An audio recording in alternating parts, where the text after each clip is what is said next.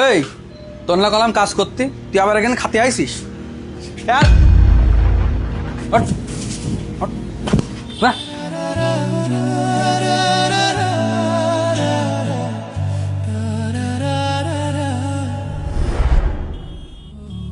উফ, খুব খিদে লেগেছে।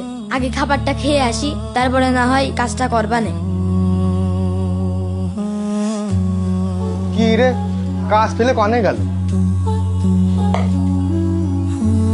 ভাই আমি খুব তাড়াহুড়ার মধ্যে আছি ভাই, আমার এই কাজটা কইরে দেন তো। আরে ভাই আপনার কাজই তো চলছে। কই এই যে খাদি হয়েছে?